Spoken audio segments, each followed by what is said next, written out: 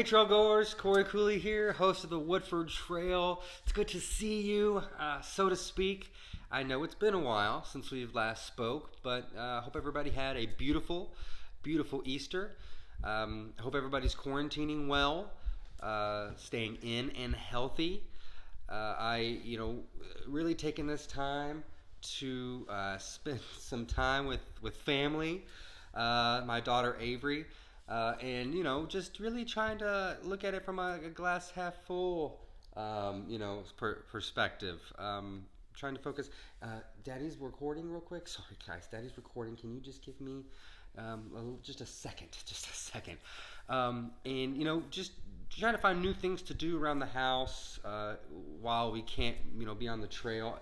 And that's great, honey. Why don't you go find mommy? Go find mommy real quick. I'm sure she's looking for you. Sorry about that. I'm sure a lot of you are experiencing that yourselves. God, I love kids. I want to name this episode of the Woodford Trail our very first pit stop episode. It's episode 3.5, so it's not quite a full episode, but it's more than a detour.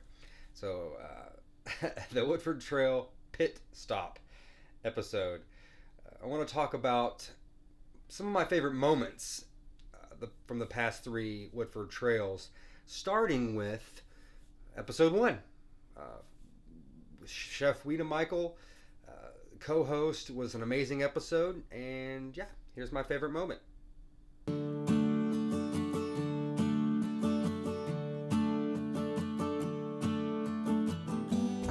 See? I told you that door I sticks know, every time. and it tells you which way to turn it too. I love it. That's part of the. Well, welcome to Wallace Station, Cory. This is awesome. This is our dive. Yes. Our much beloved. Very familiar with this place. I absolutely just walking in here and smelling it is. Yeah. It makes you salivate, and you don't even have to be hungry to do that.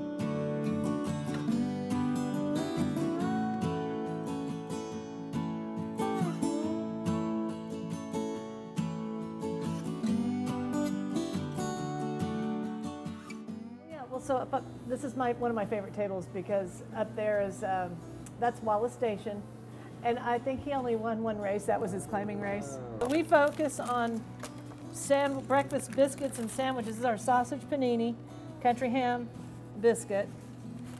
I can't eat. Oh my gosh, there's more. Oh yeah, this is called the Hell Rito. Nice cross hatching. Beautiful. Now cross hatching. So like yes, those the cross hatching. I remember that. I just call them grill marks. Yeah.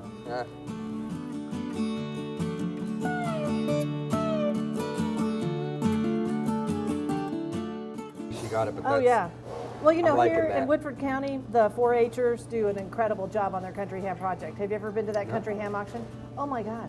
The best country ham I buy every year is from Josie Congleton, and it's my daughter's bestie who makes the 4-H country I know the hams. Congletons very well. I worked on Josie their farm. Flat out kills the country ham.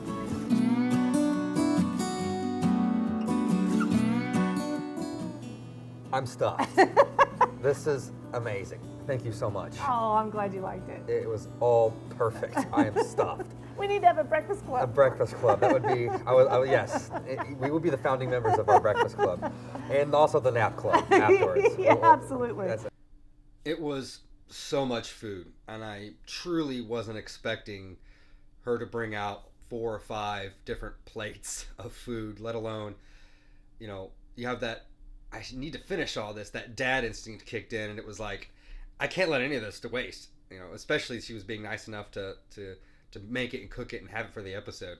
So I definitely stuffed my face, and it was absolutely delicious. I wish I could have had that entire conversation we had at Wallace Station on the episode. It was truly insightful. She's an amazing person, does a ton of stuff for the community, and I bow to her and say thank you very much for being our guinea pig on our first episode. She really held my hand through the whole thing. Love Chef, thank you so much. If you want to see what she's doing right now for the quarantine, for all the meals, chefwetamichael.com. woodford.com. Go to that and explore. For my next favorite moment, and I say moment only because I have to find a moment from the entire episode.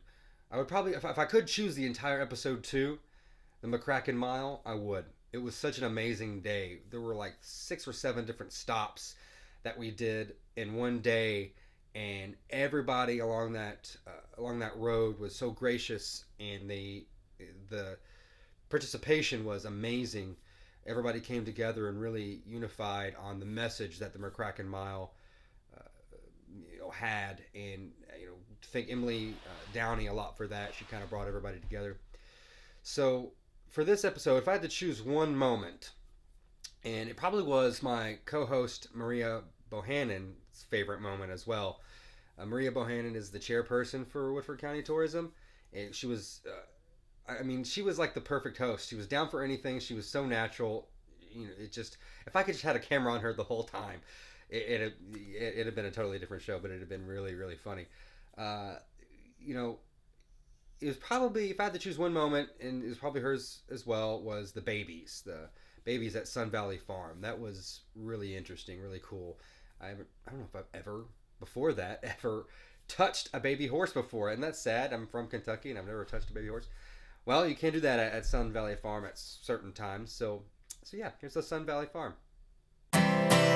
Hey, how are you? Good to see you. Good to see you too. Hi, Cory. Good to see you, brother. The house is amazing. Thank you. Can you tell us how old it is? Yeah, it was actually built in 1831 by Elijah Pepper for his son Samuel Pepper. Really? So they came over this direction, kind of west to Kentucky, and started settling and started making bourbon straight off the bat. But they had built this home for Samuel Pepper, who was more the farm-minded kind of son. He had cattle and corn and tobacco growing here originally, and then they started in bourbon. So. Family, that's an interesting theme. I feel like, how has you guys being a family here on Sun Valley Farm crafted your guys' service and your experience? Being family owned and operated is extremely important to us, as being, starting this tour thing from a very young age, having friends, family, clients of the farm come out here. We always gave kind of unofficial tours, right? Yeah, we wanted to sure. show people around and show them the property and show them their mares and foals and pet the babies. That's something that we've always wanted to do. And when I graduated from college,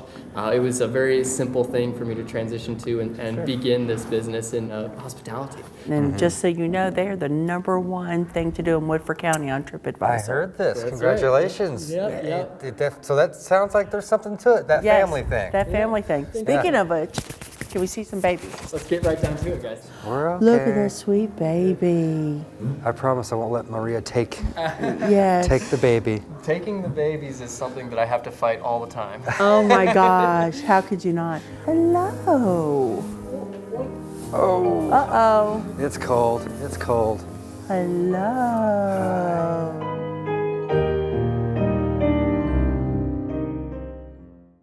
Finally, my favorite moment. You know what? Moments. From episode 3. I can't, this is my show. I'm going to do what I want. I'm going to choose 2 moments from episode 3 because, like episode 2, episode 3 was so much fun, and the castle's beautiful. Castle and Key is beautiful. That was a first for me, going to the castle. So my first moment from episode 3 probably was and I'm like choosing food a lot because I love food, is the farm to table breakfast we had. Chef Jason was amazing, and Christy her hospitality was off the charts and allowed us to eat a full breakfast, farm to table breakfast prepared just for us. It was really delicious and looked amazing. Here it is. Here comes our food. Yes. Our potatoes are from Bath County, and then our egg is sourced here from the farm to make our Scotch egg. It is wrapped in turkey sausage, which is from Farmer Joe's outside of Isaac, Kentucky. And then with the rancheros, this is our Mangalisa pork that we make our carnitas with. Also our egg from the farm, and then our chicken biscuit is made with non-bleached, non-GMO Eisenberg flour, Butler Farms chicken. Wonderful. This looks amazing. You guys have chickens, like literally chickens out back? We do. We have a chicken coop out back. We also have goats on property. We have a donkey on property. So these eggs are from our farm. Farm fresh, grabbed from the coop this morning. You don't have to stay at the hotel to come meet. You can. No. Anyone can come. You can make a reservation on Open Table. Wow, awesome. That's good to know, because I didn't know that. This is my first time at the castle. Well, good. We're glad to have you. It's definitely a pinky up zone too. You got to make sure your pinkies are up when you take drinks. Once again, just blown away by the food. It was, we had to literally think to ourselves and tell ourselves to stop chewing and stop eating just to record some lines. Otherwise, it'd just be like a full 2 minutes of us just like chewing into the mics. So that was hard to do. But my next favorite moment is from Castle and Key when Laura showed us Counter 17.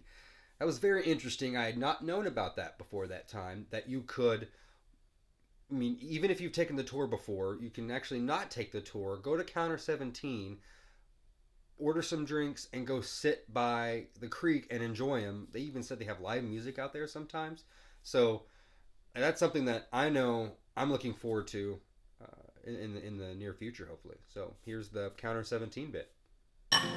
This is Counter 17. It's our walk-up bar. So we wanted to really create an opportunity for our guests to just come and enjoy the grounds. Maybe if they didn't have time for an experience or just wanted to come and relax out by the creek, we wanted to give them an opportunity to enjoy some of our product, our spirits, while they do that. So we do have all kind of treats here. You can do beer, wine, and of course we've got some delicious Castle and Key cocktails. The next time we're having a team meeting, I'm gonna be like, we're going to Castle and Key, guys. Yes. Check out what they got going on today. Ladies, this has been a wonderful royal experience. Where else obviously in the state, but in the region, can you find 2 castles that you can literally experience in a day if you wanted to? Thank you so much for having me along on this journey with you all. I've had such a great time today. I loved getting to show you all the Kentucky Castle and everything that we do there, from our spa to our restaurant, lodging, events. I love that showing everyone everything they can come and experience there. Yeah, and we're just so excited to be able to showcase a little bit of what you can do out at Castle and Key. We've got our experiences that we offer, a walk-up bar if you just want to grab a drink and come sit out by the creek.